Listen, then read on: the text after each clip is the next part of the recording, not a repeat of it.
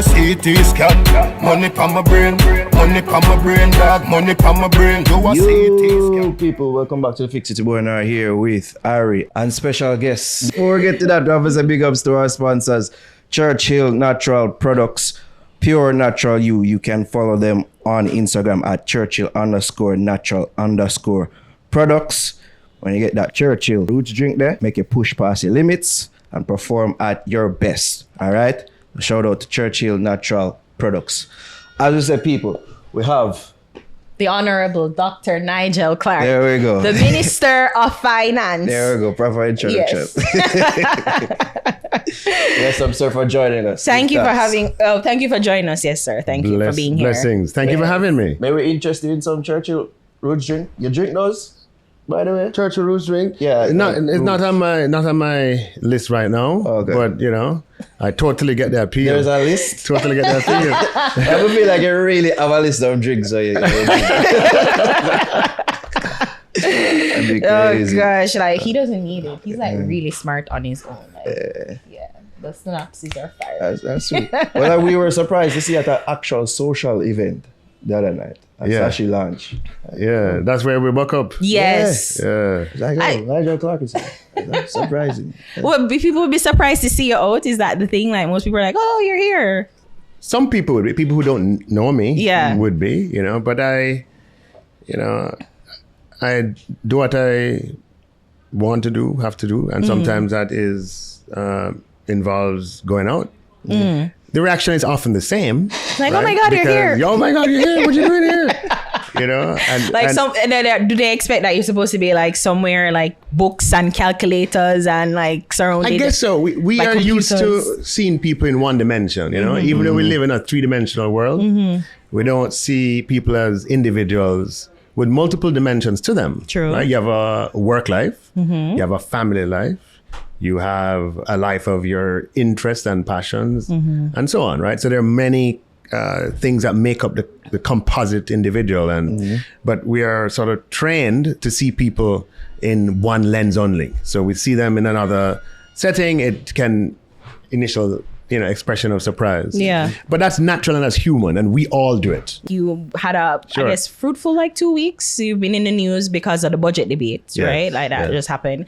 Many people are celebrating actually April 1st as not just April All Fool's Day or Easter as it was, but no customs, increasing customs threshold. So many Jamaicans were happy about that, and I think they have been asking for really a long time. So can you give us the thought process, certain policies and measures that you implement? Is it that you are watching the space which is happening on social media, or people come to you and message you and say that we need this? How you take into consideration certain policies that you implement? Yes. So first of all, Jamaica is a real democracy, right? The government is a government of the people, for the people, by the people. I might have that in the right order.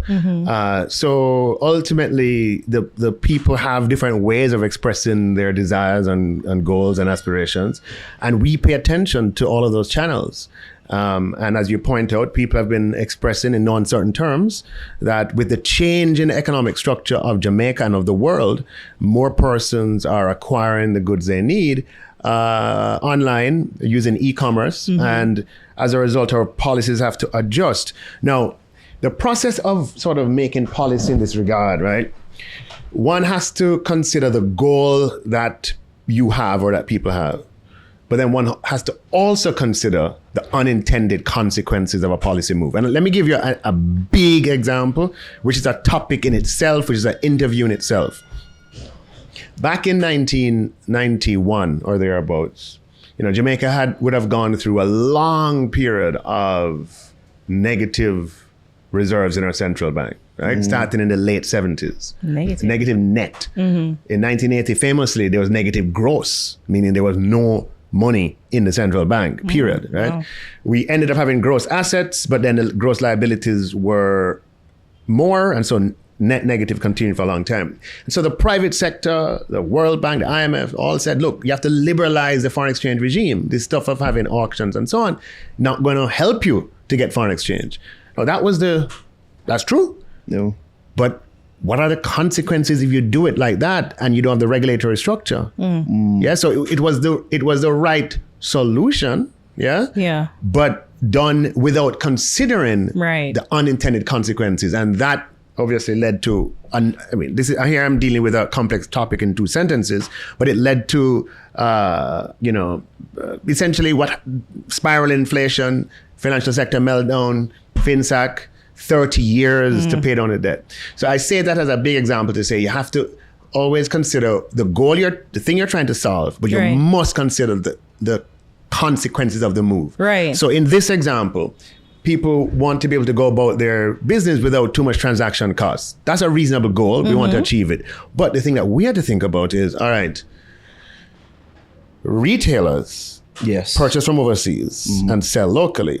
The biggest segment of the domestic economy is wholesale and retail. Let's look at what Statin puts out. It's the largest segment of the Jamaican economy. Maybe nearly 20% or plus or minus in that range. And so if we make a move that leads to a dislocation in retail that's unplanned, that could be a major problem. That's a question I had for you because, the duty-free threshold increase, of course, we're happy for it, online shoppers, but that may have a hit on, small local businesses. So I was going to ask if there's any plans to mitigate this right. hit. So that you ask about what would have gone into it. And obviously we took time. This was not something we didn't respond immediately. Because people have been asking for years. They've been asking for years.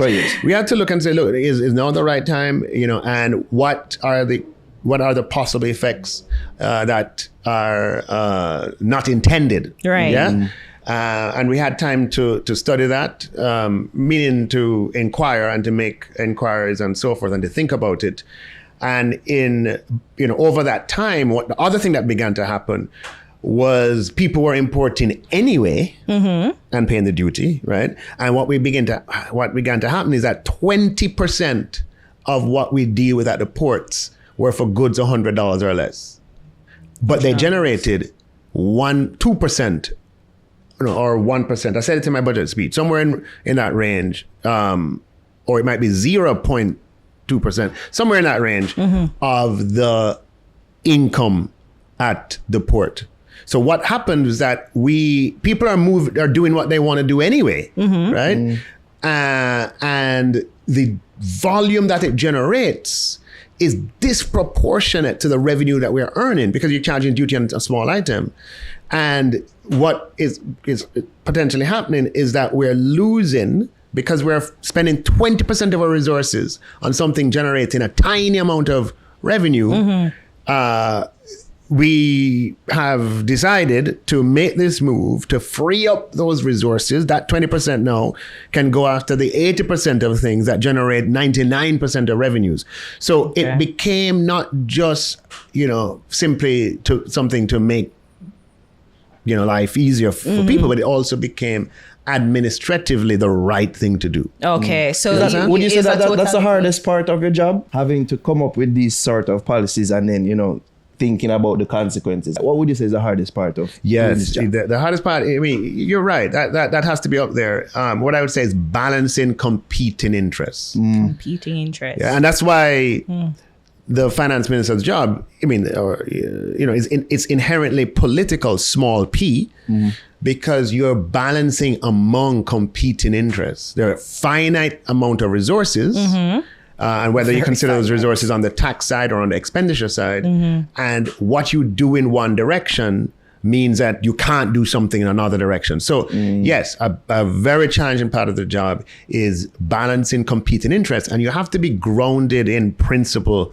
to be able to do that efficiently, right? Otherwise what happens is, you just run away from the problem. But if your principles are pretty secure, right, you can make the policy changes in a way that the trade-offs are consistent with what you're trying to achieve. And I think when the competing interest is like maybe the person's or the interest that has the most money would get your attention. And that is a Jamaica that we don't want. Right. And I said it, and sometimes it comes across maybe the wrong way, but we don't want a Jamaica where he who shouts loudest are the people who get responded to, or he who has or she who has the most money. That is a Jamaica we don't want, right? So My job, is the people who are shouting loud. Of course, I have to listen to them. Yeah. But I also have to listen to the people who are whispering, the people who can't talk. Yeah. Who have a voice. Whose voice yeah. has to be factored and to be a part of the conversation. When we get around a table,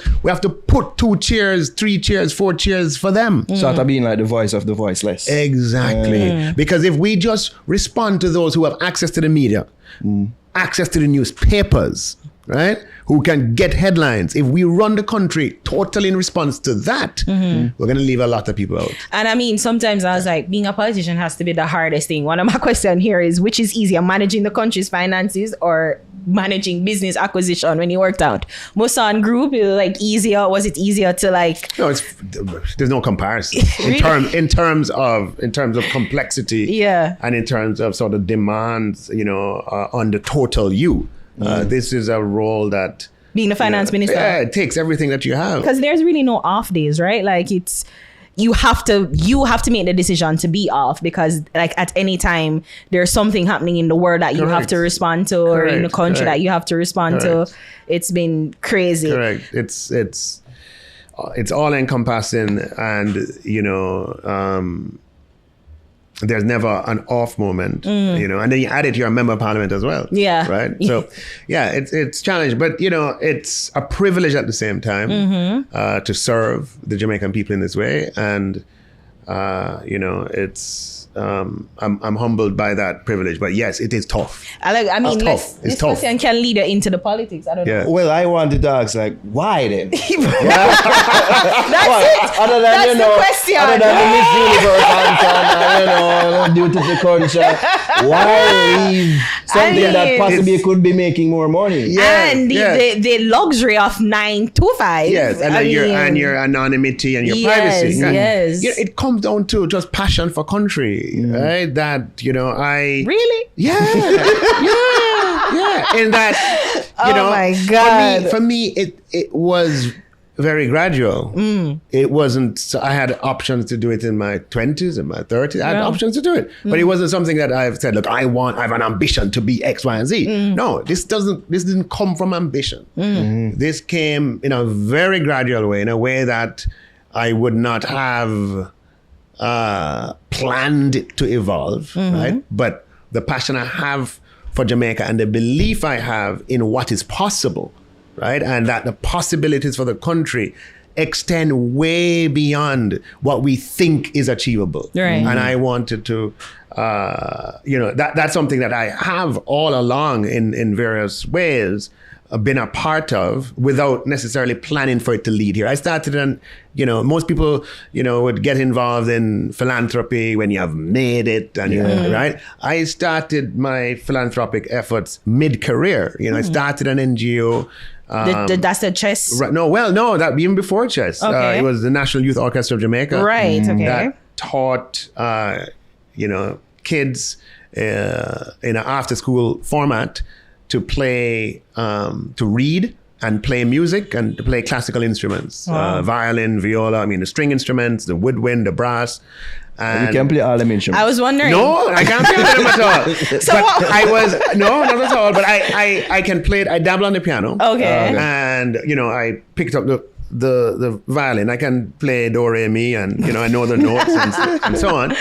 But for me, I was inspired by the achievements of the music. That music is a music for social change program in Venezuela. Oh. And which had been going on for a couple of decades and was transformative. And, I thought that this is something that could work here and that our kids could benefit from. The difference between kids who have it and kids who don't is what they do after school. Yeah. Oh. We're talking earlier about football competition for Extra somebody. Yeah, right? The difference between those who have it and those who don't is that their kids are involved in structured after school activities. That's why it's so important. That's why it's important. Yeah. So is it that the opportunity was afforded to exactly. So what I did, kids? I had these centers in areas where this would not be the norm, right? At schools, at 6 or 7 centers in Kingston and St. Catherine, where people would not have access to this kind of learning. Right. And it was a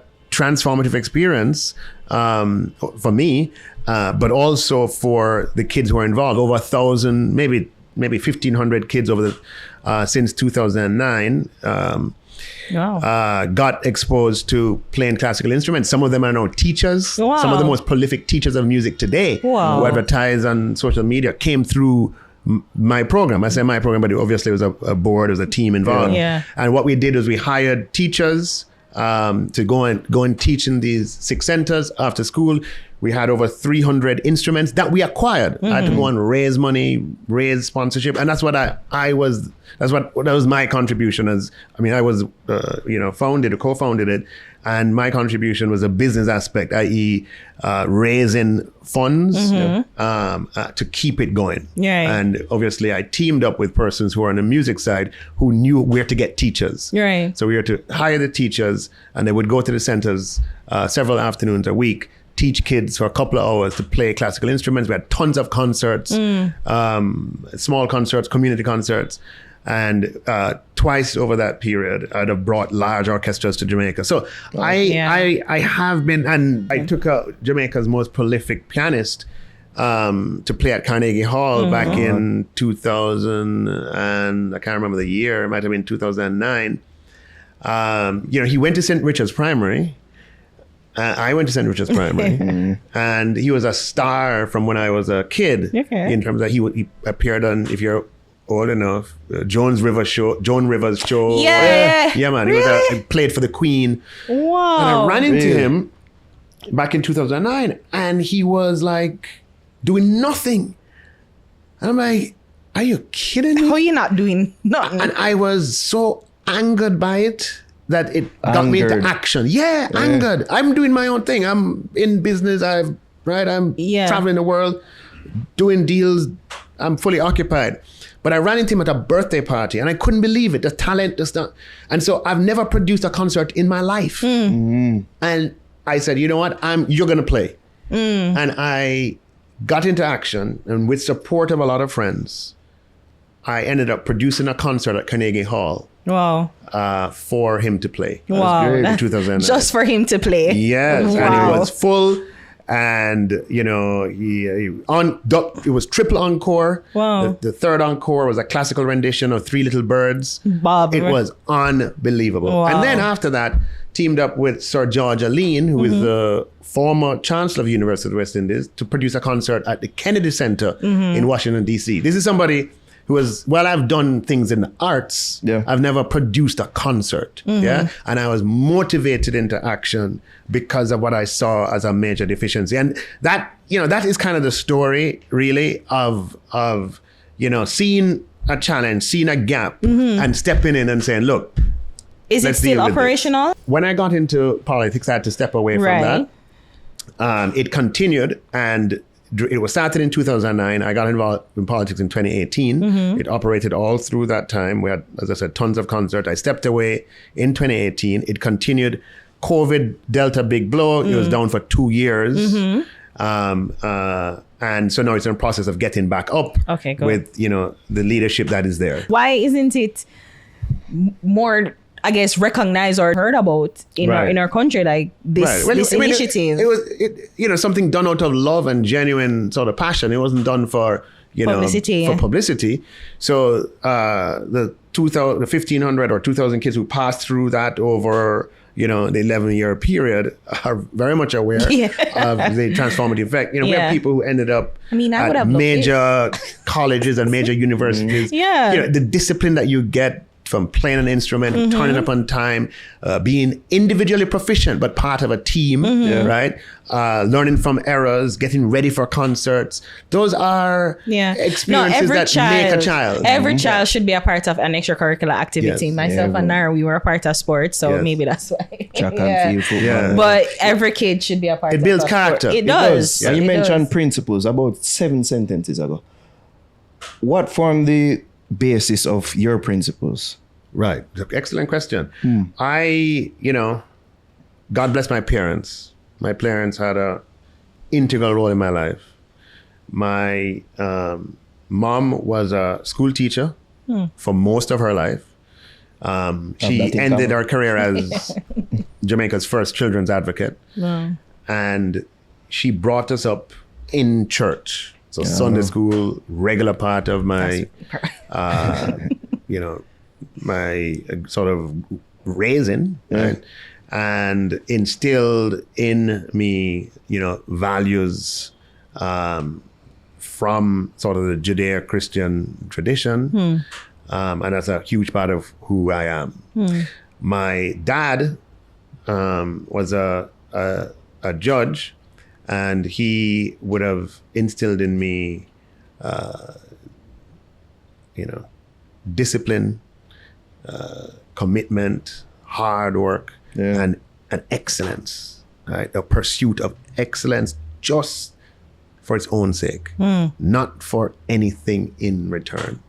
And that's how I live my life, certainly up until, I'm now in a public, so other people can determine, but I certainly, that's what I have sort of abided by. I've pursued excellence in everything I've done. Dr. Clarke. That's what I'm going to ask was that's the reason why you decided to be the smartest Jamaican in existence. I mean, he is. Did the academic accolades just start? When I was researching, I'm like, what? Like, what drives the you? best degree with the highest marks among students in the Faculty of Natural Science across all campuses, Jamaica, Trinidad, and Barbados, like that. Yeah.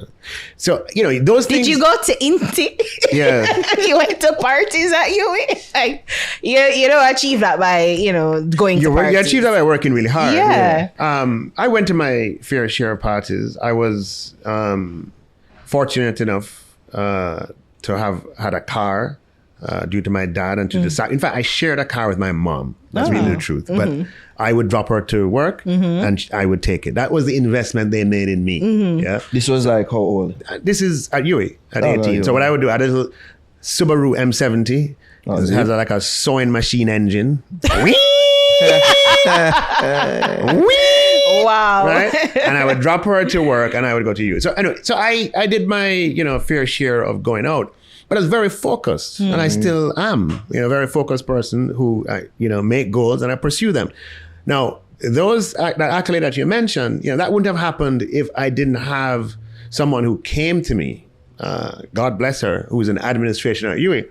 And she said to me, in end of my second year, what you have done so far, you have already achieved first class honors, right? Essentially.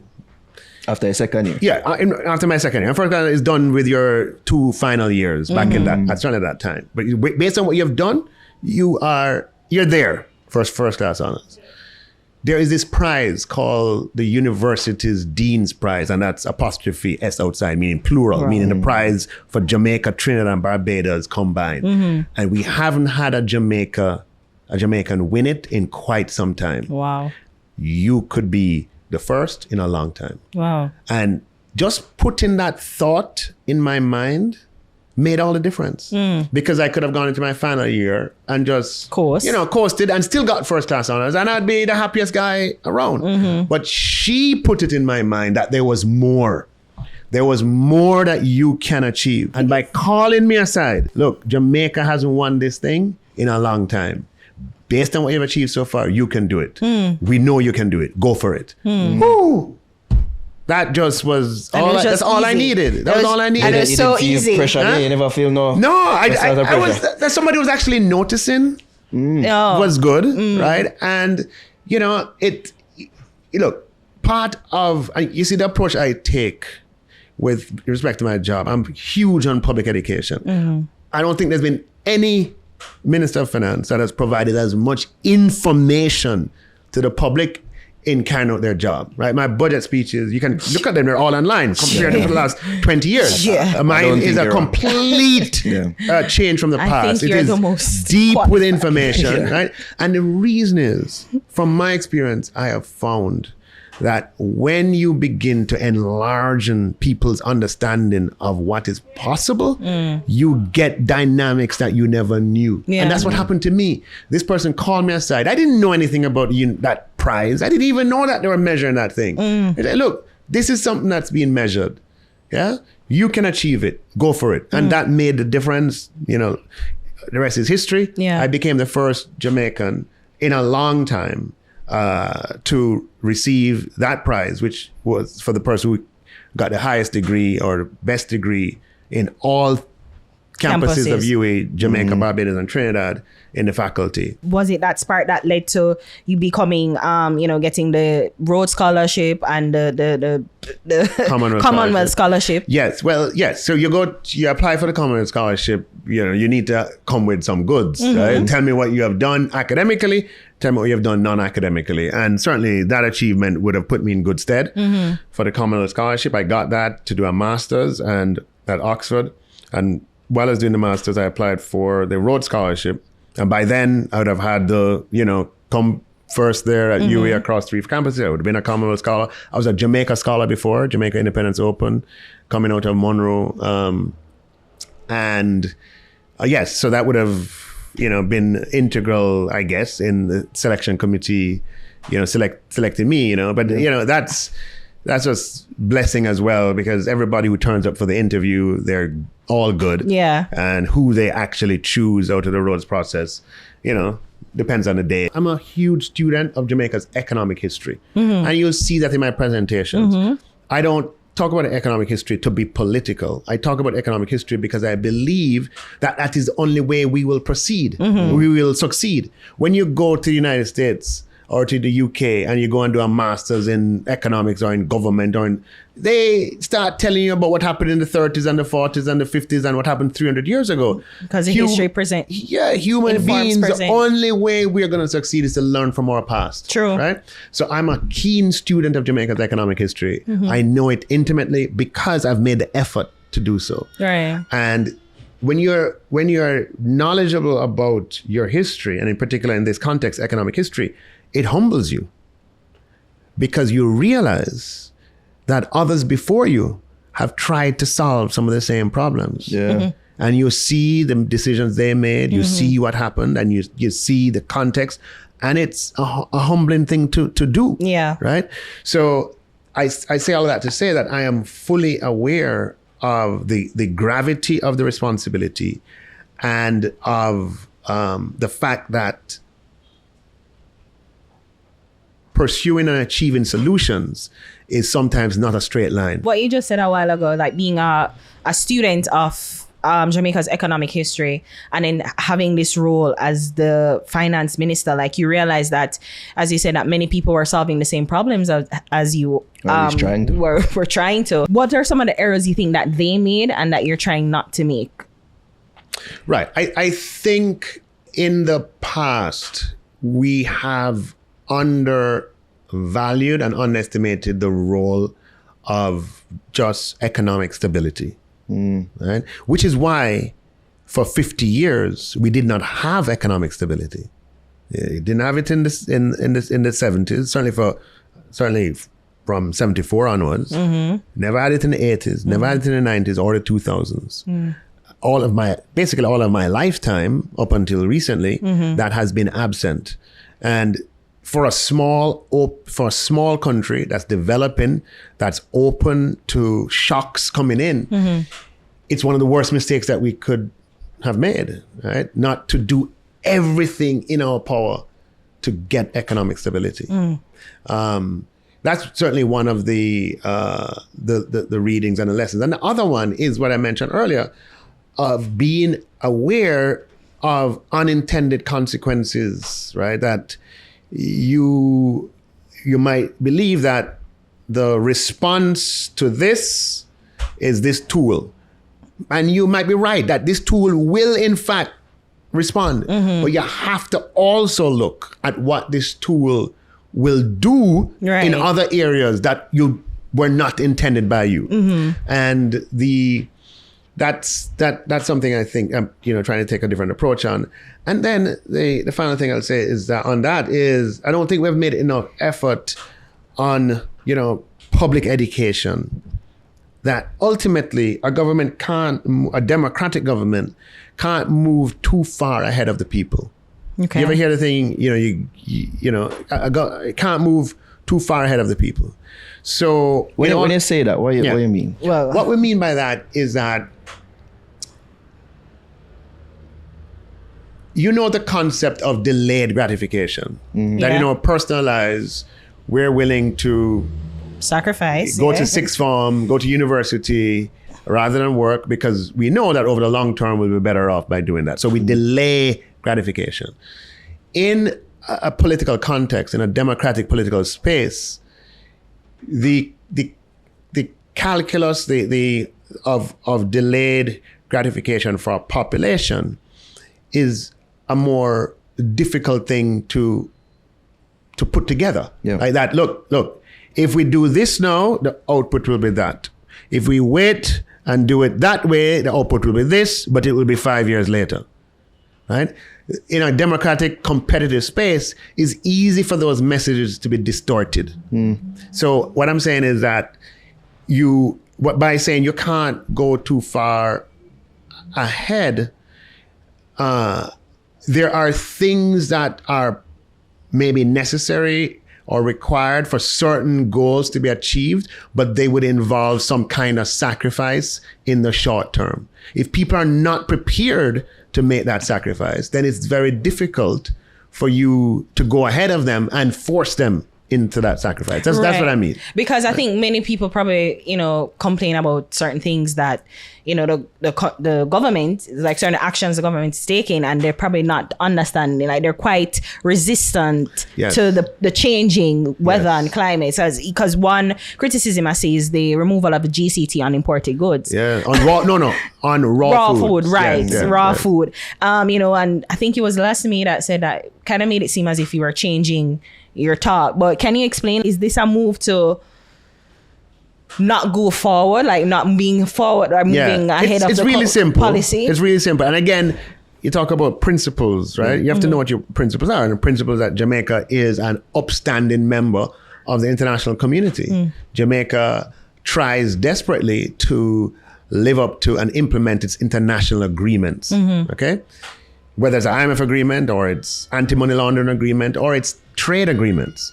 Now, GCT is a what they call an internal tax. It's charged inside of the, right? It's an internal tax. It's not a, between 1991 when GCT came into place and 2012, there was no GCT on domestically produced raw foods. There's no GCT on imported raw foods. Okay. In 2012, it's publicly known that Jamaica needed to raise a lot of revenue because of what we were going through. There's a tax package that was levied that was 1.8% of GDP on an annualized basis, or $23 billion.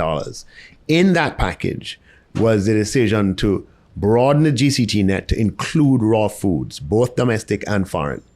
There was some kind of protest, and a month, 2 months later, the government came back and they abandoned it on local.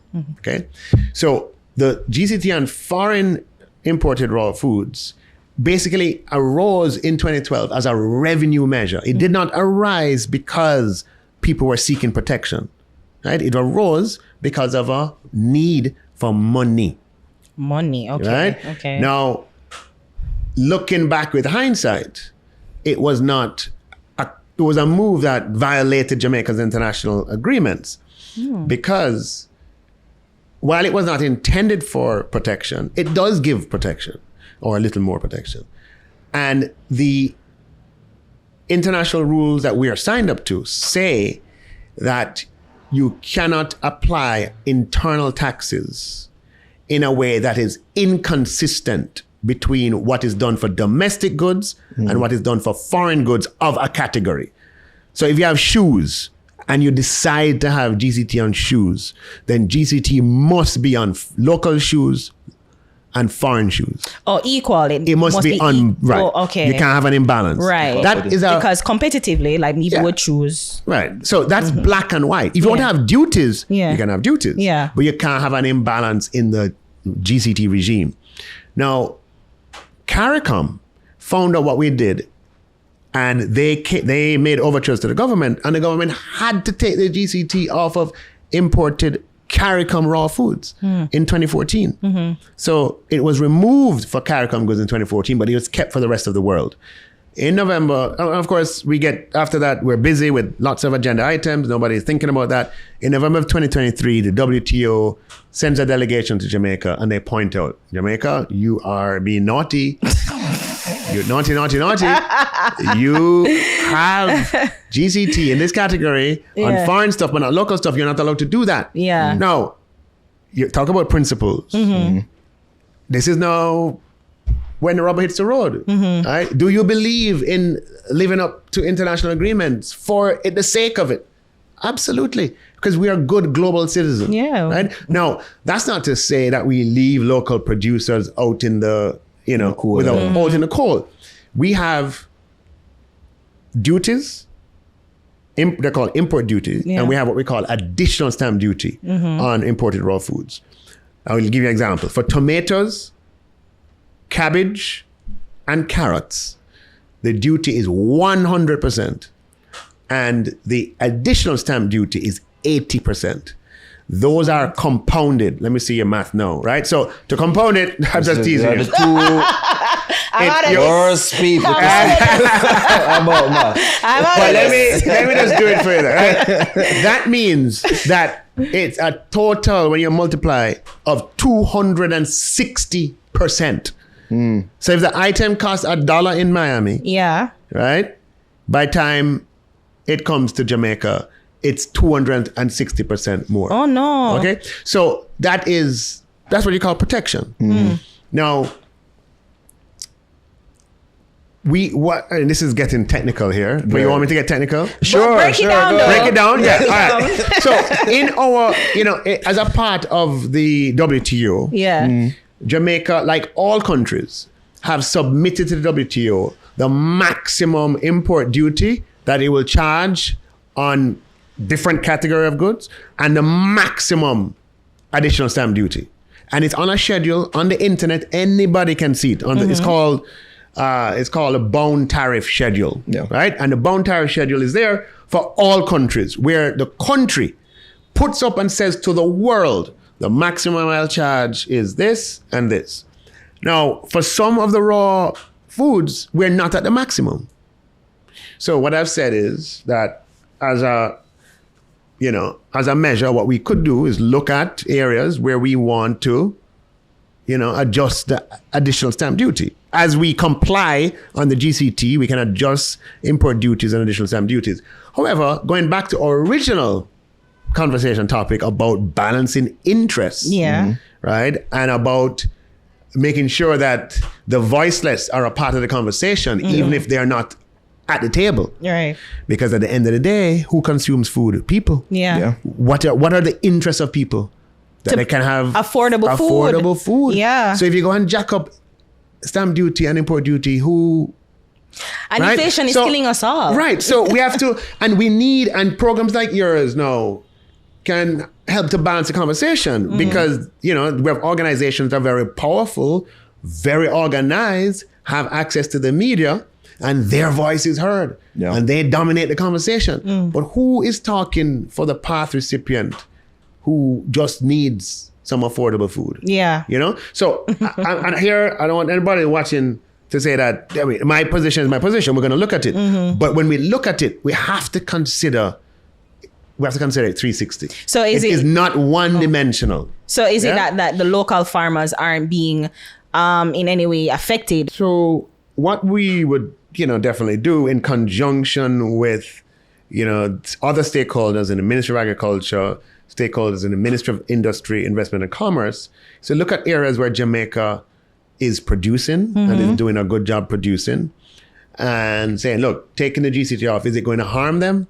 If it's going to harm them, then okay, we can make a little adjustment. But we have to be also careful that we are not simply making food more expensive for Jamaicans. Yeah, because the thing is, we don't really, the question is Jamaica able to produce our national food supply? I guess that's the reason why we import. We import $1.4 billion of food, which includes processed food and not raw food, but just a broad category of food. Right. Jamaica is not food independent. And that's why, it's important to have a local agricultural industry. Right. Now, some people use different approaches, other people use approaches of providing subsidies but keeping prices low. We use the approach of basically keeping prices high for everybody. So we have 260% duty, which means that but the reason for it is that it's important to protect the livelihood of the farmer, and because there are tens of thousands, if not hundreds of thousands of farmers in Jamaica, if you include those on small plots and subsistence and so on, and they make a viable contribution to GDP. And so we have to protect their interests. But at the same time, we have the interest of the wider population who need to have affordable food. And so just what we started out, this is a real live practical example of the challenges of balancing interests. Yeah. As a government, we have to balance the interests in the best way possible. I want to ask you a side question. Like, have you ever gone to the supermarket and like be surprised at the cost? Yes. As the finance minister, like, what's your response? I've seen. Yeah, my response is that look, I keep saying we're going to have to do things that make the marketplace more competitive, right? If you think about how a good gets to the shelf, it comes from a supplier, it goes to Miami a lot of the times, gets on a ship, comes here, goes to a distributor sells it to a wholesaler sells it to a small retailer, or it goes from the distributor straight to the retailer, and there's markups sort of along the way.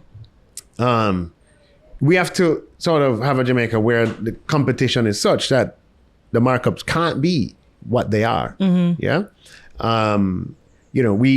are sort of dealing with the inflationary aspect, running the country in such a way that we are attracting foreign investment, generating a lot of foreign exchange, which has allowed us to have a more or less, a currency that's properly valued, but that doesn't, lose value at a rapid clip. And that helps to keep prices stable. But we're going to have to do what we call microeconomic changes as well, structural issues like competition, to make sure that there's a right incentive to give people the best prices. So you've never been like, the finance minister needs to work on inflation. You've never gone to the supermarket. I answered you to front. work on inflation. And I've said that, I've gone in and I've seen this stuff move. What? 50 grand? Yeah, but you know what? What's sometimes not appreciated? Jamaica is a real, first of all, real democracy. We know that. And it's a real economy, right? Demand and supply, market forces, scarcity, etc. When we have weather events with domestic food crops, prices move, and move rapidly and, widely. There's a drought, scallion prices, whoop, or melon prices, or if, there's excess supply, prices plummet. So, agricultural prices have a lot of volatility, to it. And I know that the Minister of Agriculture is working on ways of dampening that volatility, like having storage. Just having storage allows you to even out the imbalances in demand and supply. That's an example of a microeconomic structural intervention that can help to even prices out. I'm nodding like I know. That's it. No, meaning that is something that the government can do. And I know that, I believe it's something that the Minister of Agriculture is working on. There's a lot of conversation right now surrounding transparency. Now, is there bits and pieces of information that that if you are to communicate this to the public, there may be, as you talk about consequences, that's probably too sensitive to be communicated. But it's the issue of transparency is going to come up. Are there things out there that you just say, this is just too big for make the people know about? No. Let me approach the question this way. There are channels through which information is provided. So speaking about numbers and numbers of the government and so on, numbers are provided at the end of the month or at the end of the quarter, end of the year. It would be inappropriate, before that period to come out and say the numbers are X. Okay. So I am a fervent believer in transparency of government. As someone who has come directly from the people into the politics, meaning that I've have had a lateral transfer. I didn't come into politics at a young age and grow up in it. You must be able to appreciate that I appreciate the value of transparency to the citizen, because that's what I wanted when I was sort of not in public service. Okay, and certainly the government has made strident efforts in transparency. The government hasn't gotten a lot of credit for it, but the government has, if you examine it. And speaking from my portfolio and where I am, I have been a strident advocate of transparency in the changes that we've made. We have deepened fiscal transparency by passing legislation to bring a fiscal commission into place, appointing a fiscal commissioner who has access to all of government finances. The office is not yet established, but that is a credible and real example of a commitment to transparency.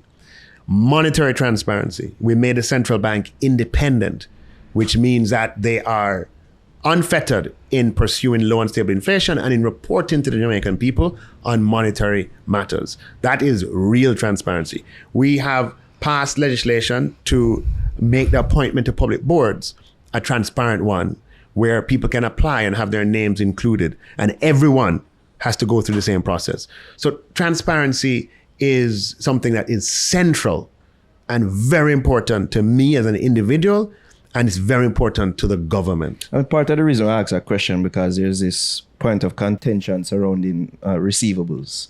And when Mark Golding asked you about them, you said it was market sensitive. Yeah. Yes. I asked him about it. I'm not sure if it's a response, but why do you say it's market sensitive? Okay, so let me give you an example. In the budget, we are repaying $300 billion worth of loans. Well, sorry, we are borrowing $200 billion this year to finance the budget, right? Which is normal housekeeping. Our debt is coming down, as a percentage of GDP, and staying stable in absolute terms. But the operations this year involves $200 billion of new debt. I'm not coming out, I'm not required to, nor do I come out and say we're selling $50 billion worth of bonds in June at 6%, or even saying we're going to US dollar bonds or Jamaican dollar bonds. I'm not giving any details whatsoever. The only thing that is there is that we're raising $200 billion worth of debt. Okay, and the reason, and I'm not unique in that is the practice. That is how it is and has been, because to do otherwise would be to potentially jeopardize those transactions. So at the time of the transaction, you come out and you say, right? So as I have done with the transactions that we've done, certainly the groundbreaking ones, when we had the first Jamaican dollar bond issue, I don't know if your viewers are aware of that just last November, for the first time in Jamaica's history, we were able to persuade international lenders to lend us in Jamaican dollars. Big deal. Yeah. Big deal. I'd love to be able to talk about that maybe another time with your viewers. Big deal. That, massive progress. So when that happened, we come out and we tell you everything. Yeah. I have been, I've been transparent in coming out and saying how we're going to finance it, by saying that we're going to do this transaction. That is the transparency that's required at this time. I mean, on the issue, not to cut you, but the opposition spokesperson, Julian Robertson, said that, the need for transparency should trump market sensitivity. Yeah. What you say to that? And I, look, as I said, I believe in transparency. What we don't want to do is, use these buckets and then make it appear as if you're against transparency. That's political craft, to try and frame something as if it is market sensitivity vis-a-vis transparency. This is nothing to do, this is not a debate about transparency. We are transparent. I am transparent in the fiscal affair, in my portfolio, fiscal affairs of the country, the economic affairs of the country. And we are and will be transparent with this transaction. What we're saying is, and you have to, take me seriously on it, if that transaction doesn't work, that could be a problem. And I'm saying to you that saying too much about it, I'm going to give you a real example in a second. Yeah. I'm going to give it to you. Saying too much about it could jeopardize it. Let me give you the real example. We also plan this year to float a catastrophe bond. Explain, please. Okay. That's some doom. Jamaica became. You need to invite me back, you know. Yeah, man. And when Javi's here too, she does a great impression when of it. people, man, bring it on. So Jamaica became the first small country in the world, right, to issue independently something that is known as a catastrophe bond. We're a small country that is susceptible, vulnerable to natural disaster shocks, i.e., hurricane, tropical cyclone, etc. That if it occurs, can put the government out because it, lots of expenses. Yeah. Now, because we work so hard on rehabilitating our economy, and I want to give you an example of how my real practical experience that really, let me give it. Back in 2016, when Jamaica was about to, allow me this detour, when Jamaica was about to prematurely terminate the agreement with the IMF, it was called an extended fund facility, and enter into a new agreement called a precautionary standby arrangement. And we're moving from, the extended fund facility was 980 million, and the new one was $1.6 billion. It was a big deal. Nobody was expecting it. And that's what made it even a bigger deal, right? The big bosses from the IMF coming down for the announcement, and a little storm began to develop in the Eastern Caribbean. I forget the name of it. Was it Matthew? I can't remember. This is 2016. And this is Jamaica here. And everybody's tracking the storm, the hurricane, and it's doing this. And it is the closest direct hit that Jamaica has had in 30 years. Closest to a direct hit. And we were all convinced that this hurricane was going to hit Jamaica directly. Right? As a result, people from the fund, they packed up, headquarters called them back, left Jamaica. The big announcement was not going to happen. And in that moment, I was not Minister of Finance then. I was Ambassador of Economic Affairs. And I was responsible for the relationship with the multilaterals. And I negotiated this program, this $1.6 billion program. Right?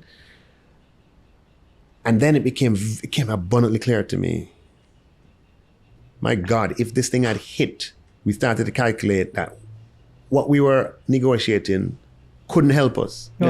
Yeah? And it became abundantly, and it just calculating what the reversal would have been. All the progress made by the previous administration would have gone out the window. And it became very clear to me. And I said, look, if I get the chance, I will never leave Jamaica exposed to the effect of natural disaster again in terms of fiscal exposure. Because I came face to face with the possibility of what that would mean. Meaning that over that period, I'm having discussions with IMF about how we would have to upsize what we were about to announce. Yeah, it's almost like you have to think measures, countermeasures, countermeasures. Exactly. Yeah. In the end, thank God, praise God, the hurricane did this, and it went up and hit Haiti. Unfortunately, 800 people died in Haiti. Wow. And that was a hurricane that went all the way to New Jersey and reduced New Jersey to being like a developing country. I think we can all remember that. Yeah. So what we decided to put in place a multi-layered strategy of financial instruments that delivers resources in the event of a natural disaster. The layers are, we allocate a couple $100 million every year in the budget. That's the first layer. The second layer is that we're developing a natural disaster fund where we put money aside every year to build up to help us in natural disaster. So like not just help the government, but like people who need to rebuild government expenditure. So in 2019, I had put $4.5 billion away in the contingencies fund. The contingencies fund, up until that time, had a maximum cap of $100 million. The cap was $100 million from 1992 all the way to 2019. It made us say, look, this is crazy. We need to have buffers. So we did something that was uncharacteristic. Politicians spend money, forget vote. Right? No, we took $4.5 billion and put it away in the contingencies fund in 2019. Do you know that the first amount of COVID money that we were able to support people with From some that. a year later was from that contingency. Wow. That is why we were able to give people benefits even before the United States. Yeah, that's true. Okay? Because you have to remember, resources have to come from somewhere. COVID hit, revenues tanked while expenses remained. Because we had this tucked away and because the purpose of it was for emergency, we drew down from it. And the first bit of set cash and compassionate grant money came from the proceeds of this contingencies fund that we had put away in 2019, in March of 2019. Didn't know that COVID was coming. But again, principle. The principle is just like Joseph in the Bible. Save for a rainy day. Fill up the barn in good times. Right? We obviously, after spending it on that, we were able to replenish it. Right? So we have it back at that level. Okay. Right? Now, so that's it, the second layer. The other layer, we have what we call a credit contingent claim, which is a program with the Inter-American Development Bank that allows us to draw funds down in a natural disaster. Normally, you'd have to go through the loan agreement and due diligence and all kind of paperwork, and it take months. What we have done is to do the paperwork up front, and they have the funds there. Within days of a natural disaster, we would get it. Okay. And then we have the Caribbean Catastrophe Reinsurance Facility. That's been around for a long time. We continue that. And then the final layer is a catastrophe bond, which is capital market investors, international wealthy institutions who want to diversify their risk, put money up, and they put it with the World Bank. And the deal is we pay a premium every year. And the deal is if there's an event, all of that money comes to us. All of the principal comes to us. You understand what I'm saying? So you put up $100, you pay X dollars per year, whatever that X is, as premium. And if there's a catastrophe, that $100 comes to you. And that's called a catastrophe bond. We first did it in 2021, and we became the first small country to issue it. And we're going to issue it again in 2024. Now, what I was saying is... Close to election year, yeah. This is protection. This insurance. You remember what I talked earlier about delayed gratification? This is delayed gratification. There's no benefit. Right? There's no benefit. This is what you call downside protection. Right? Now, what I was saying to you is that in Standing Finance Committee, I kind of spoke about what we're doing. And the arrangers and issues of the bond, send messages down. Wait, I know that you have to talk about it, but if you say too much more, you're going to compromise the issue. No. So that's why you can't. And that's a practical example, right? This is not something that's in the public domain that's a political issue, but it's real, and it demonstrates the point. I got calls from Hong Kong, right? We're going to. That's where I'm headed next week on this matter of launching the catastrophe bond in international capital markets. And, they sent, that, look, if you say too much about it in advance, you're going to compromise the issue and the placement of it. So there'll be complete transparent that we're once doing it's it. Done. But yeah, we have to be, if you want the thing done, you got to do it in a particular way. So the question is not that, I guess, the opposition is worried, and I guess many people can be, is not, we are not going to be held in sort of like a squeeze with the persons who are going to be buying or who we're trading for the bond with. That's what we don't want. Okay. Right. That's what we don't want. So we have to we have to keep the upper hand. Okay. You know what I mean? Okay. So that when we go to, how financial markets work, they'll gang up on you. If they have the information too far in advance. Oh, it's like Wall Street. That's where we're raising. We're saying international capital markets. That's what we mean. Like insider trading. So we have to keep, and when that time comes, it will be, everybody will be aware. Okay. You mentioned politics. You ever get tired of it? The politics, like, say, like, can't I just crunch numbers and just solve the nation's economic problems? Why do I have to? Why does everything need to be politicized? Why am I have to play these political games? Because, and I mean, to add to that, because I was saying, like, your budget, the speech, like, numbers and finances is pretty much boring, really. But your budget presentation, I mean, for the past couple of years have been very animated and like playing into the politics and of somewhat it all. palpable too. Yeah. So it's like I mean, to answer or to ask or to piggyback on our question, like, are you tired? And it's like, it was one of the ways like trying to amp up your speeches and, you know, your presentation in a way of like being tired of politics. Right. Look, first of all, those presentations that's who I am. Okay. And I am a visual communicator, graphical communicator. Yeah. I'm very comfortable with. Should I have a screen for you? Exactly, you know. With every presentation. I'm very comfortable with numbers. And, you know, I'm able to get that across to people because I fundamentally understand it. I can turn it up upside down in my head. I can turn it around. I fundamentally understand it, and I'm able to get it across, right? So this thing now is about serving people ultimately. You know what I mean? And a big part of serving people is to engage them. And I love engaging. That's one thing you'll find. I am available to the media, you know, all the time at a moment's notice. I make myself available. It's a part of serving people, right? That this is not my business. This is the people's business. And as a result, I make it a duty. And it's something I enjoy, right? I enjoy, and I'm just being who you see is who I am. And, you know, so the answer to your question is that I enjoy engaging. So even the red card thing, that was your idea? That was part of, hey, this will be good to engage the people. I was going to bring one here just in case you give me any trouble here. You should have. But, you know, But last year, if you're paying attention, I used the word yellow card. I said, look, you need a yellow card for that. Upgrade now. You know? This year. And, you know, so I said, wait, this year, the yellow card clearly not work.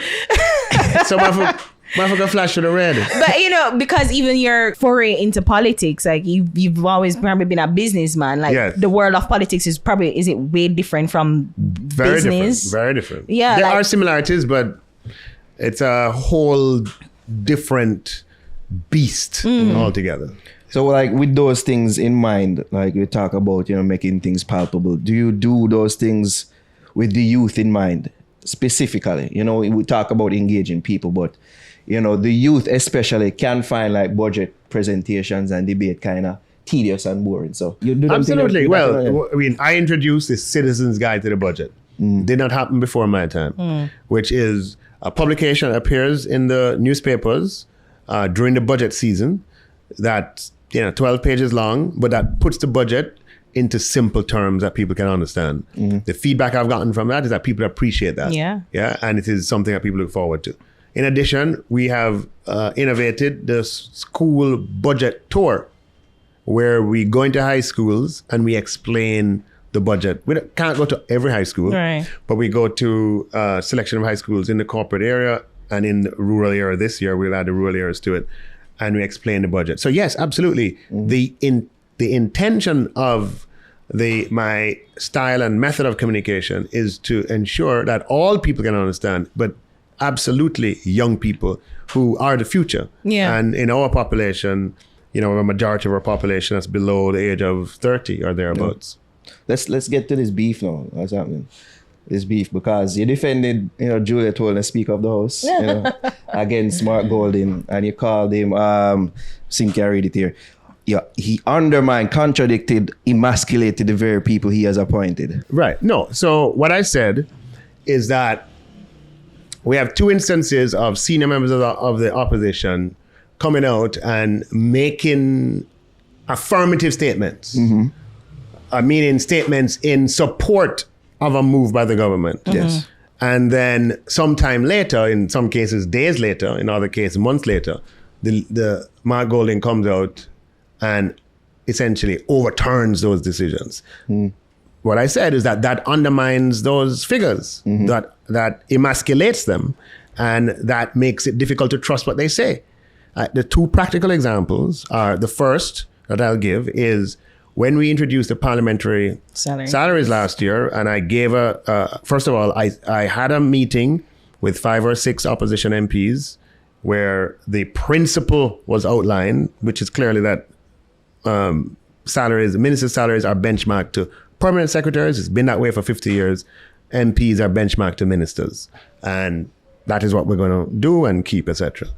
And those persons shall remain nameless, but there was support. That market sensitive too? Yeah. It was definitely market sensitive until I did the speech, right? Yeah. And then when I gave the speech, which had the details, Julian Robinson got up and said, the opposition has no issue with what the minister has announced. He didn't say me, Julian Robinson. He spoke for the opposition. Now I say to you now, if the opposition did not support it, it would not have gone through. And it's one of the reasons why we haven't had this reform, certainly for parliamentarians in the past, because government and opposition could not agree. Back in 2003 was the last major effort when Prime Minister Patterson was in charge, and he tried hard, but he could not get the then opposition to agree, and so it didn't go ahead. Similarly, if the opposition had said plainly and honestly that they were against it, it would not have happened. So Julian Robinson got up and said the opposition is for it, and then days later, on the backlash, Golding, the leader of the opposition, Mark Golding, releases a press release saying the opposition is against it. That is what I was saying, undermines and emasculates Julian Robinson, because who's going to believe him again on a big issue if Mark is not sitting beside him? The second example is when Philip Hallwell got up and publicly supported the elevation of the Deputy Speaker, who happened to be the wife of the Prime Minister, to the position of Speaker. Which means, and he did so on behalf of the opposition, which means the principle of Mrs. Holness serving as Speaker, though she happens to also be the wife of the Prime Minister, was not something that the opposition was objecting to. Yes. Now, fast forward several months, and there's a disagreement on specific issues. And let me be very clear, the leader of the opposition and the opposition has every right to disagree on the things they disagreed on. My argument is not over the substance of what they're disagreeing on. My argument is that what you ought to do is to pursue those arguments. Don't turn back on a principle that you have publicly agreed to. Meaning, it's kind of like you've agreed to a principle. Now there's an argument on a specific point. Argue the specific point. Take the point. You never know who would be there to support you. Take the point to the people. But then don't go back now and say, this principle we no longer agree to. Yeah, that's the point I'm saying. That's not principled. It's like the examples I'm giving you earlier of principle when I'm faced with some of these decisions. If you are going to be flip-flop on your principles, right, and willy-nilly on your principles, then people can't trust you. They have to know what your principles are, and you apply your principles to each situation. So I am supporting his right to challenge the Speaker in a respectful manner on things that he might disagree with. He is within his right to do so. Okay. What I'm saying is, don't use the cheap card, right, of overturning something that we know that your party supported. Okay. And then what's more, what I was saying is that in how he referred to the Speaker, he referred to her essentially, he basically said, you know, the decision of the government to appoint the wife of the Prime Minister. Okay, it is true that she's the wife of the Prime Minister, but in that context, there's a more important relationship, meaning for the elevation. Yeah. And that context is that she was Deputy Speaker. Oh, yeah. Right? Now, this is what happened to women a lot, that we define women, and I'm not using the word of misogyny. I don't know where misogyny comes from. I am not making a claim of misogyny at all. I'm saying that what we do is we undermine women when we speak about them in their relationship to a man, where there are other ways of describing them that are more appropriate for the context. So somebody who was a deputy speaker who now gets promoted to become speaker, you don't refer to the first and only reference can't be wife.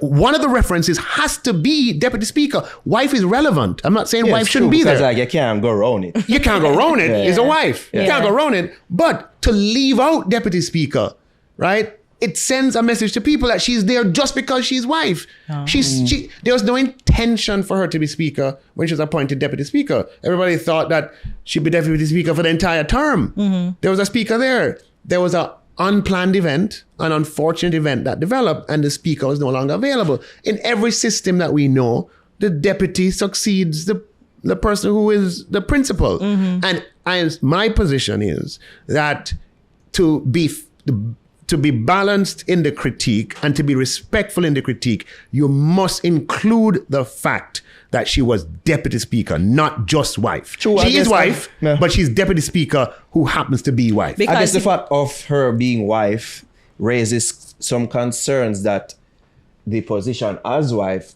could trump the position as the position of Speaker of the House in regards to matters of the government. Right. So, and I mean, and in defense of Minister, Mr. Golding, he was saying that at the time he agreed to installing her as the Speaker of the House, but is due to, I guess, issues in Parliament or parliamentary issues or procedures that she, according to him, and again, my response to that is to be respectful to her as an individual. Okay. Then what you do is you challenge her as an individual. Say, I don't believe you're being a good speaker.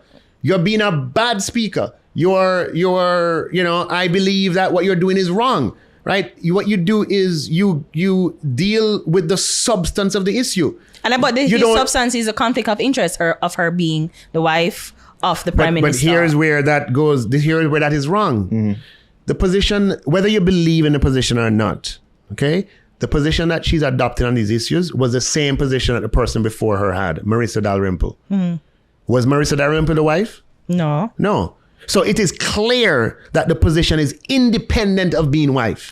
Because it was a position before. And Mark Golding knows that. And that's my point. Okay, this is not a position that was arrived at because of being wife. It was a position that Marissa Dalrymple held. And when she demitted office, she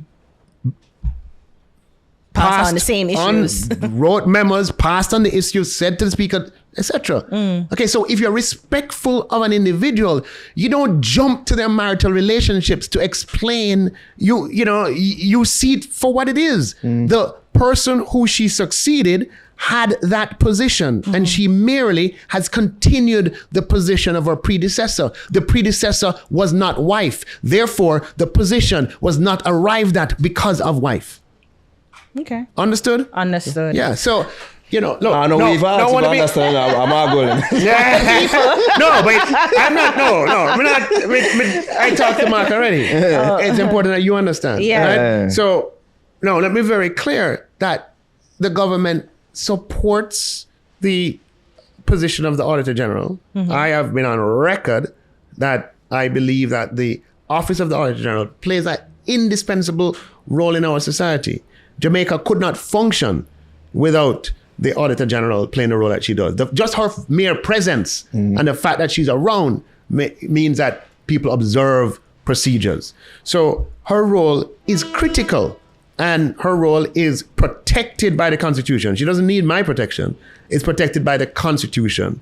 And, she produces reports that are of value. Sometimes we politicize the reports.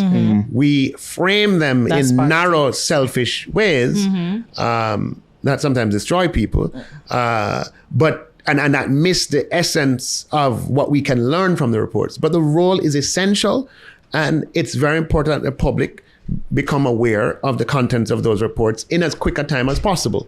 Those are principles that we all believe in and support. No, we'd be remiss if we didn't ask you about this. The people, with a question for real. the issue of the salary increase of the MPs. Yeah. We spoke about unintended consequences, one of which was it pissed off all heap of people, especially with the backdrop of, numerous protests, public sector workers, Right. and all these things. Looking back on it now, is there a different way that you would have rolled that out? And did you expect the backlash from the people when you did? Right. Okay. So with the benefit of hindsight, there's always ways you can do things better, for sure. Right. What's the substance of that matter? The substance, that issue has been framed in the public domain in a way that is inflammatory. Right? It's been framed in a way that definitely leads to outrage. And the framing is politicians have gotten X% increase. 300. Right? Whereas the public sector got 20%. No, well, that's not No. true either. The public sector wages have gone up by $200 billion, okay, over 3 years. For the Ministry of Health, including all the nurses and doctors, Ministry of National Security, including all the police and soldiers, all the police, Ministry of Education, including all the teachers, went up by just those three alone, went up by $100 billion over 3 years. Wow. Okay? Previous rounds of increases have been $10 billion for everybody. So when you understand the scale, okay, and not, we need at least people sitting in your chair to be honest. Numerical reasoning and honest reasoning as well. Okay, the numbers are there for everybody to see.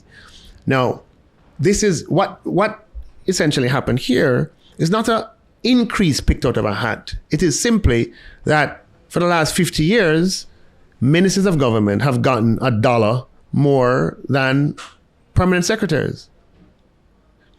Because permanent secretaries... Literally $1?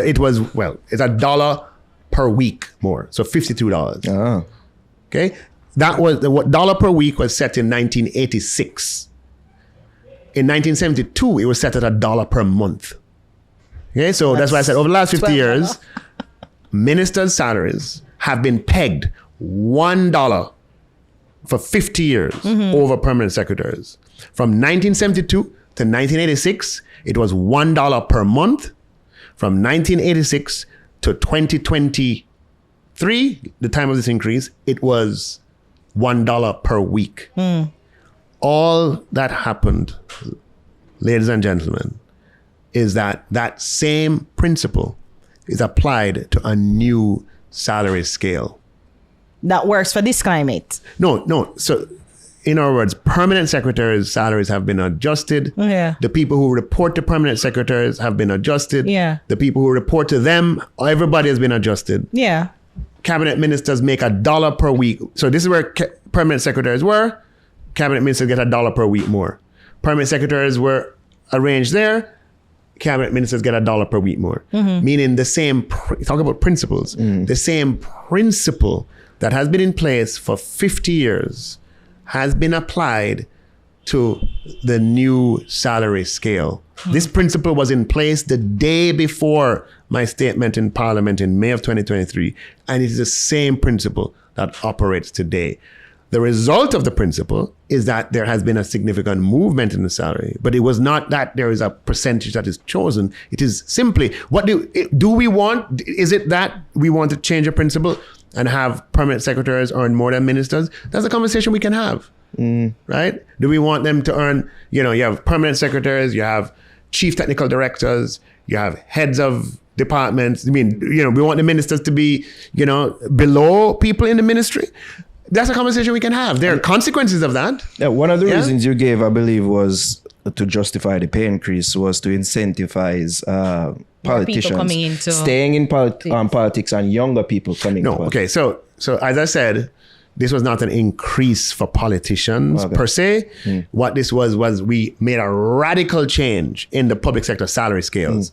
The salary scales were like that from the entry level to the top level, and the salary scales did that. All right. In the old system, politicians are ministers are somewhere up here in the old system. They're not down here. No. They're somewhere up here. Yeah. Right? Now, when you move the salary scale from that to that, let's say to that, where are ministers going to be? They're going to be in the same relative position in the salary scale. So let me say it again. This was the previous salary scale, right? Bottom, top. Ministers of government were like here in the old salary scale. In the new salary scale, where the bottom is here and the top is way up there. So the bottom shifted to the top? I'm not saying the bottom shifted up substantially. The bottom went up by about over 100%. People used to get $10,000 a week. The people who used to get $10,000 a week come April of 2024 are getting $22,000 a week. Okay, so the bottom doubled. Okay, the top went up considerably as well. The position of ministers in the scale, the relative position, is exactly the same. We're in the same relative position. It's just that the scale is different and increased. All right. Now, is it that we want to change a relative position in the scale? We can have that conversation. But all we've done is to apply the same principle that's been around for 50 years. That if you have if this is salary scale, that's where you put ministers. And then it shifts. So it's just right. No, we've changed the salary scale, so that's where ministers are. So what I did in that op-ed was not about ministers. It was about leadership in the country. Right? Because there wasn't just. We had principals of schools. What happened in our previous salary scales is that they were very compressed. The difference between entry-level teacher and principal was very narrow. And the experience is that there's no incentive for the best or for people who have the capabilities to go into leadership because you get all of the hassle of leadership, all of the administrative burden. But not the perks of the money. So what we did, if this was the teacher scale before, we did the same thing, right? We increased the management salaries significantly because we need, and it's not going to have effect today. It's going to have effect over the long term. We need people there to be greater competition for the jobs with huge responsibility. You're right. Okay? So I wrote that op-ed to explain that paradigm shift, that we are moving to a paradigm shift where we're going to put a premium on positions that have a big, meaning position that can affect a lot of people. I mean, people hear that at least when they heard the op-ed, they heard... Read the op-ed. They heard... we need to enrich politicians because, we don't want them to leave politics. But what they probably heard was, at least what they know or what they feel is that politicians are already rich. Why do we need to enrich them? Right. Yeah, and that would be a very unfortunate, untrue interpretation of the intent. As I said, that op-ed, first of all, addressed leadership across the public service. Leadership in teaching, in... security, police, in health, in the civil service, and otherwise, right? That what this reform has done is to put a premium for persons who are running $150 billion. We can't pay your market rate, but what we want is that the people who are below you, there's a difference so that we get the more competent. Many times in the public service, I don't want that. Too much work. I'm happy where I am. And the person is good as gold.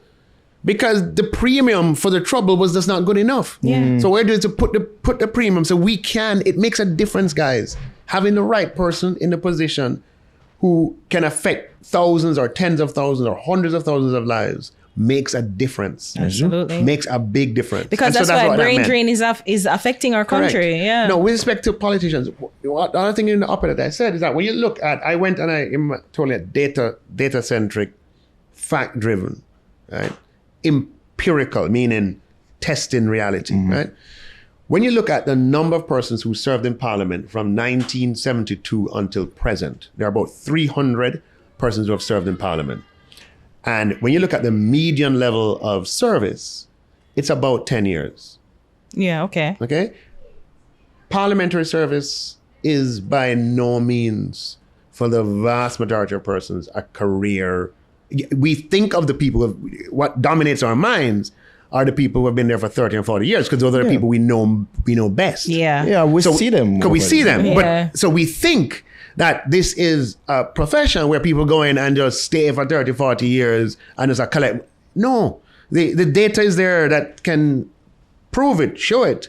It's there. I have it. I can share it. When you look at the average service or the median service, half of people, 150 out of the 300 people who served in Parliament from 1972 served in Parliament for less than 10 years.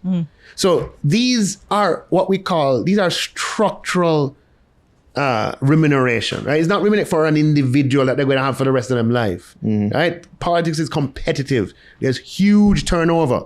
What we want is to have, though, levels of remuneration where people who have talent, who have responsibility, who are not born into wealth, can afford to make the transition into politics without disrupting their lives. Yeah. Right? So it makes it possible for more people to serve. Because even if you're going to serve for 5 years or for 9 years, for 3 years or for 10 years, what we're saying, during that period of service, you are a middle manager at a bank, or you have your small business in the country, or you are, some professional somewhere that you want to serve, you can make that transition without upending your life.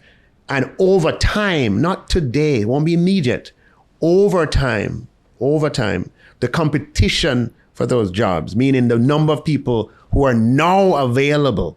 There are a lot of people who are not available because doing it would mean that they would have to engage in sacrifice. And and they're honest people. I'm not here to scrape anything, right? So I'm saying this is a systematic change for the long-term future of the country, way beyond my time, when you are gray and old, etc., etc. I'm already get gray. Oh, you're gray already? Yeah.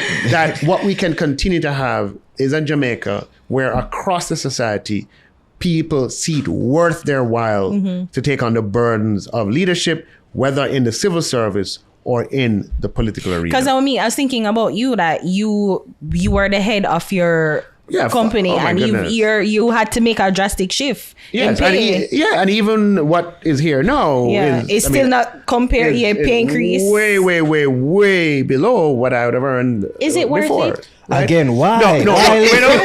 So the point I'm making. Earlier question. No, so the point I'm making, to generalize beyond myself, is that if we have a country where only one, people who have inherited wealth, or two, people who own businesses can afford to serve in Parliament, what kind of country are we going to have? The argument against, some of what you're saying is that people see business people enter in politics and then staying for a long time, and then they have to ask the question, why? So we have a Jamaica where business people can afford, certainly in the previous dispensation when parliamentarians earned $3 million a year, that's a Jamaica where people who have other sources of income can afford to serve in Parliament. Is that the Jamaica you want? That's what, right? You have to look. Is that the Jamaica you want, where only people who have other sources of income can afford to serve in Parliament? Because doing their job as a journalist, doing their job out there, they might be making $5 million a year, but to come into Parliament, it would mean they make $3 million. So they can't do it. That's not a Jamaica that we want. No.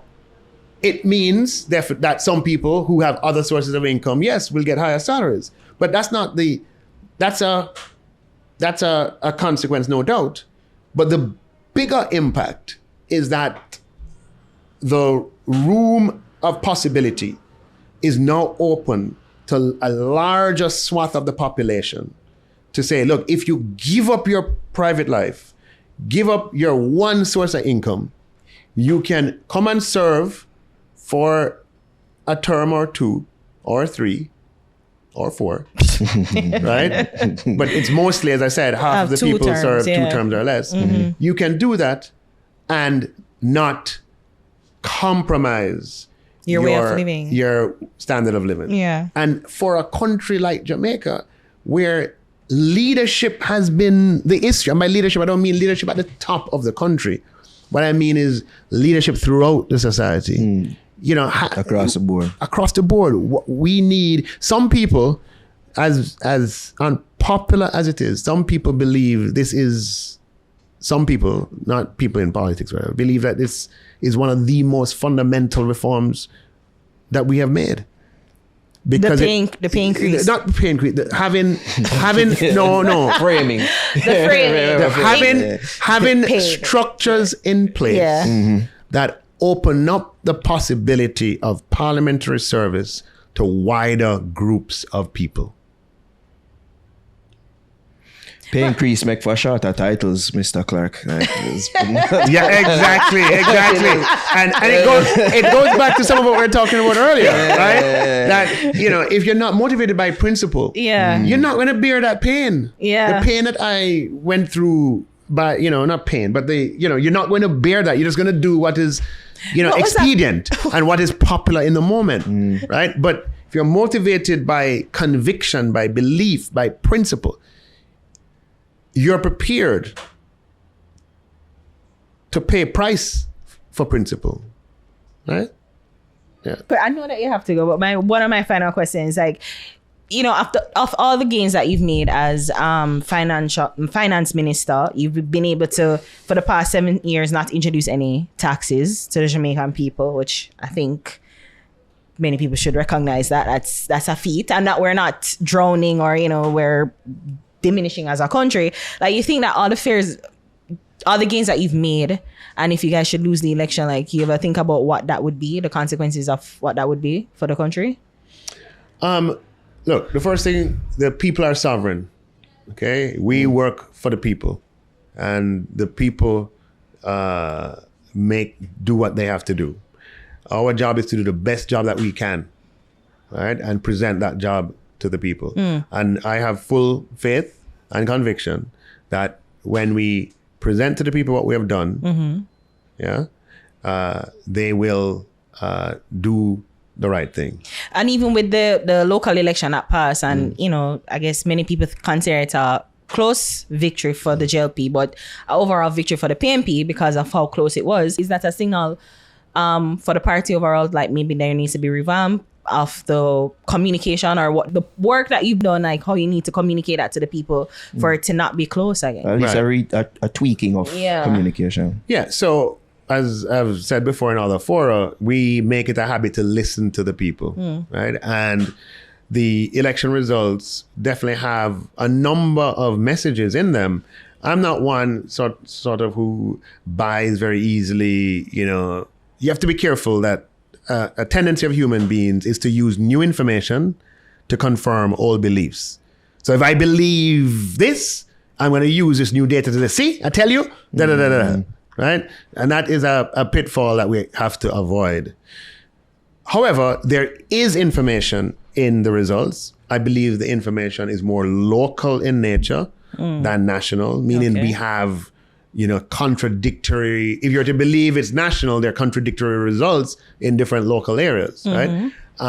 And you know, by and large, you know, people want to make sure that their lives are being improved in their immediate surroundings, their circumstances. And, you know, that is something that the government is focused on. And we, as I said, we're here to serve the people, to listen to them, to respond to them. And, you know, you can be sure that the messages that are inherent in the results of the February local government election are messages that the government has heard and is responding to. Yeah. So there's no fear, like, is this an indication for what's to come for the national election? No, I don't think so. Okay. And another question too. What's the worst financial disaster that you think in your, as you said, you're a student of or economic history, like what's the worst financial disaster that you think that we had to recover from? Well, one of the things that I definitely think, one of the things that we have not come to terms with the consequences of the economic collapse of the late 1970s. And because it is shrouded in so much politics, Right. and you have a defensive reaction from one side, and you have like a punitive kind of whatever from the other side, we're not able to have An honest conversation. an honest, data-driven conversation. Right? But I think we're going to have to understand it, because it absolutely influenced the economic outturns over the 50 years that followed. Right? Now, we have to also be honest about the causes. Some of the causes in the 1970s were external. We had 2 oil shocks in 1974 and in 1978, which would have had profound consequences. But we have to also be honest about the domestic policy errors of that era, the capital flight and the consequences of that capital flight, and have a conversation about it that's independent of the social advances. I mean, every time you raise it up, people talk about, there was social. Yes, that's true. You've spoken about it. Let's talk about the economic cost of it so we never repeat it. What's the capital flight though? What do you mean? Capital flight meaning money leaving Jamaica. Okay. People having money in Jamaica, not feeling comfortable with keeping money here, and taking it away. It took us decades and we still have not gotten that back. And before that era, Jamaica had entrenched macroeconomic stability, measured by, our debt was 28% of GDP in 1971. That government came in 1972. It was 28%. By the end of the decade, by 1979, the debt was like 88%. And we never looked back, right? Our reserves were negative at the end of it. Inflation was out of control. Unemployment was high double digits. And the debt was extremely high. In the 1980s, our debt went even higher. There's no currency in the central bank, no foreign currency. Government had to, the only way you could get foreign currency is to borrow. Borrowed externally, US dollar debt to get foreign currency. Instabilities in the economy. There were external things then as well, alumina price shock and Gilbert and so on. But just short story, we didn't solve the debt problem in the 1980s. We had high inflation throughout the 1980s, right? We had high unemployment throughout the 1980s, but we had high growth, 1986, 1987, 88, and 89. That is definitely a fact. Coming to the 1990s, still have negative reserves. The government is trying to solve that problem, liberalizes the exchange rate regime, and we discussed that earlier. Financial sector crisis, debt moves all the way back up, right? Enter the global financial crisis at 125%. By the end of it, it's 145%. We're into 2013, and we know what happened, thank God. From 2013 over the recession, several administrations, and we have managed to improve our situation. So one way of looking at our economic history is the recovery from the 1970s has taken us 50 years. Do you know that the per capita GDP, and per capita GDP means if you take the size of the economy, you divide it by the population, in real terms, the per capita GDP was 20% lower in 2018 than it was in 1972. Interesting. All right. Whereas for countries like Barbados, even though they went through their debacle, it was higher than 1972. For Trinidad, it was much, much higher. Dominican Republic, much, much higher. Yes, there were other gains. Absolutely. But here, talking about the economic results, what we had from the our per capita GDP in real terms rose rapidly in the 1960s and is a historical fact. It's not the only story. Okay, there are other achievements, but the economic story is that our per capita GDP in real terms from 1972, 2018, we were worse off in 2018 than 1972. Wow. That is a story that we have to internalize, not for partisan gain. Not for partisan gain, but to ensure that we don't make that mistake again. It has been extremely costly for our country. We're better now. No, but so today, as I've said before, it doesn't mean, and we have to talk about this another time, it doesn't mean that everything is hunky-dory for everybody. No. But the macro variables today are better than they have been at any time over the last 50 years. There's growth in the economy, but not everyone feels it. It's like, you know, people say that the food, it's like, it's a lot of money, and, you know, the dollar, USD, it's a Jamaican dollar. It's like, you know, the foreign exchange rate is ridiculous. And so many people aren't feeling it, but the overall gains in the economy overall, like, it's good. So, you know, the way, again, you know, feelings are important in politics. But they're not But true. if you are going to assess economics, you know, using feelings will be misleading. You understand what I'm saying? Yeah, I get what you're saying. So feelings are important. Feelings dominate politics. When it comes to economics, if you want to understand what is happening, feelings can be misleading. Sometimes the feelings are tied to. But hear me on this. The pocket and the what it feeling, you know. The minimum wage in 2016, I believe, if I'm not mistaken, was 6,000 Jamaican dollars, if I'm not mistaken, divided by the exchange rate, it was about $48. Minimum wage come June is going to be $15,000, divided by the exchange rate currently is about $96. Minimum wage has doubled in US dollar terms under this administration. You cannot find any period in Jamaica's history, certainly over the last 50 years, where minimum wage has doubled in US dollar terms over a similar period. That is what feeling it is. People's incomes have gone up, right? Jamaica's average income, when you average everybody in the country, was $5,000 US dollars in 2016. The average income today is approximately $7,000 US dollars, right? On average. Minimum wage has doubled, but average income has gone up in that way. You know, there are 150, so incomes have gone up.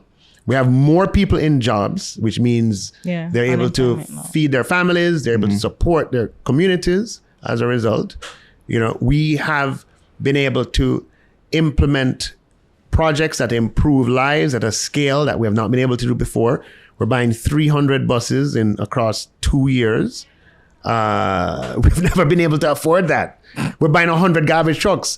We've never been able to buy 100 new garbage trucks. So, you know, it's important that, you know, we are data driven, because the examples of the improvement to lives are numerous. If you look at, you know, past payments in US dollar terms, in real terms, they're how much better off they are now as opposed to a couple of years ago, or certainly at the start of the administration.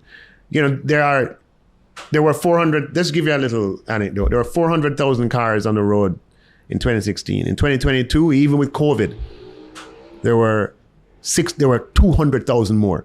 A 50% increase in the number of cars. You can't, I mean, we're not talking about one car. We're talking about people being able to increase by 50%. Right? Huh? We need less car road traffic. Exactly. Traffic is horrible. More road. Exactly. And more road. Yeah. But the point I'm making, right, is that all you have to do is look at the data. Look, we have more businesses being formed by young people than ever before. Yeah. In terms of, you know, on an annual basis. Every year there's another record despite COVID. We recovered from COVID. We lost 150,000 jobs. People's lives would have been ruined if we didn't pursue policy that led to a stable economy and to economic recovery. In and of itself is an achievement. Yeah. So we people's pension benefits have gone up considerably. NIS pension by over 40%. The tax breaks that we've been able to do, you pay less in GCT today than you did before. True. The rate of GCT went from 16.5% to 15%. The numbers are you have to call me. I know I'm getting a wrap-up signal from your producers, and I know what's going on. But look, there's a lot that we can talk about in terms of the improvement in people's lives under this administration. It's just why is it not? It's just that there's a lot more to be done. Yeah. Right? And we have to increase and improve the rate at which we do it. The roads are terrible. We have to address the roads. Yes, this is one of people's primary concerns. Yes, we got to address the roads. That determine my the road. whole heap of votes. We have just to fix my road. We have to fix the roads. And we're coming this year with a Spark program, right? $20 billion this year, $20 billion next year. I want to give you a scale of improvement. Every year, road allocation is $5 billion. This year, we go into normal 5 plus 20. So we go from 5 billion to 25 billion on roads. That is a demonstration of listening to the people and crafting the fiscal program to respond to a primary concern of the people. We announced it from last year, so everybody knew it was coming. Yeah. So we are in a position today that we weren't before, where we can't do everything one time, but we can take on big problems and devote resources to them and solve them. Public sector workers were in a bad position over 10 years.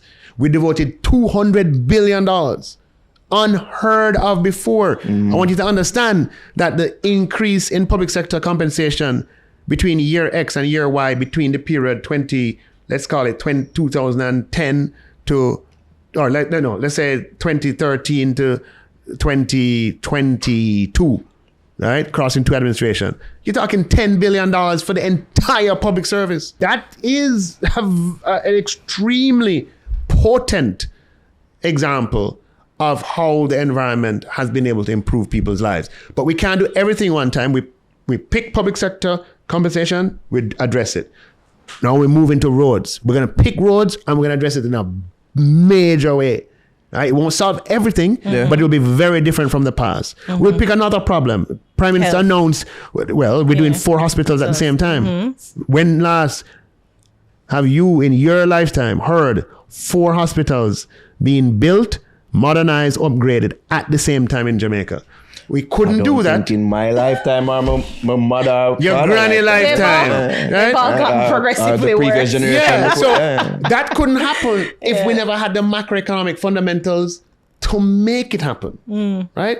So those are the tangible ways in which the improved macroeconomic fundamentals are allowing us to improve people's lives. You know what? There's nothing that improves people's lives more than public investment expenditure. Investment in parks, roads, bridges, highways, schools, hospitals, IT, right? People who are well off, they can privatize certain services. They have their own security company. If you live in gated communities, the roads inside the communities are maintained privately. You even have your own water storage. You might even have people who do something with your garbage, right? You know, they're able to privatize. So they're not affected. Yeah. The people who are affected by public services, by and large, are persons who are in the other category in terms of income, right? And what our program is and what our program has been to increase the space for public investment expenditure that can improve people's lives. And we have done more public parks. The Prime Minister has done more public parks than any government in recent time. Harmony Park, and his vision is there's a public park in every parish. Right? We're doing in my constituency. There was a dust bowl. It was called a flower park before I was born. Right? It was a dust bowl for all of my life. We turned that into a park for the people of Marbley. Where? In Marbley. Right? Oh, yeah. The Prime Minister is doing the Portmore Resilience Park, which is 26 acres of park. That needs to be done. 26 acres of park for the people of Portmore. Harmony Beach Park was done. And we're going to be... So these things could not happen if we did not have the macroeconomic fundamentals in place. And we're leveraging those fundamentals to improve people's lives. All right, no need to pat yourself further. No, not patting myself. I'm shit. You asked me a question. Maybe you never wanted. Maybe you should ask me that question. Share it with the people. Share it with the people. I'll vote for you again. That's what you're supposed to say, not me. I'm not me. Differently though, we give thanks for you taking time out, nearly 2 hours? About 2 hours. Out of your time, running the finances of the country. To talk and speak. I barely understand half of it, but I believe it's good. Yeah, man. Well, I'm so happy that I ran into you, that I met you. Right? It was fortuitous. Give thanks again. So where can the people follow you on the social media? Right. I am on Twitter. I think Twitter is at Nigel Clarke, JA. Yes. I am on Instagram. God, I don't even know my social media handles. Dr. Nigel Clarke, JA. That's Dr. Nigel Clarke, JA. Yeah. I'm on Facebook. Which Dr. is Nigel Dr. Clarke. Nigel Clarke, JA. Yeah. No, it's just Dr. Nigel Clarke. Yeah. Thank you. So Twitter is Nigel Clarke, JA. Instagram is Dr. Nigel Clarke, JA. Yeah. And Facebook is Dr. Nigel Clarke. I must say though, Minister, you've changed dramatically. You think so? Yeah. No, it's just that you're seeing more of who I am. The country stress you. No, the country stress you. No, I am the same. I am the same person. It might be that maybe you're seeing more of who I am, but people have known me for years. You're younger. I'm just saying. Oh, change physically. Yes. Oh God. Hairline receded. Yes. My hairline has receded. Yes. Jamaica stress you out. And I have gray hairs coming up. Yes. I tell you, it's a tough job, I wouldn't wish it on my worst enemy. It's a tough job. Tough. But I guess I've always heard that you're one of the most qualified person to do the job that you're doing, and the country seems to be in a better Blessings. And you choose to do it, so Blessings. not good. Yes. All right, people, that's Dr. Nigel. There you go. Include the doctor. And he earned every bit of that. Dr. Nigel Clarke, the fix of the weed.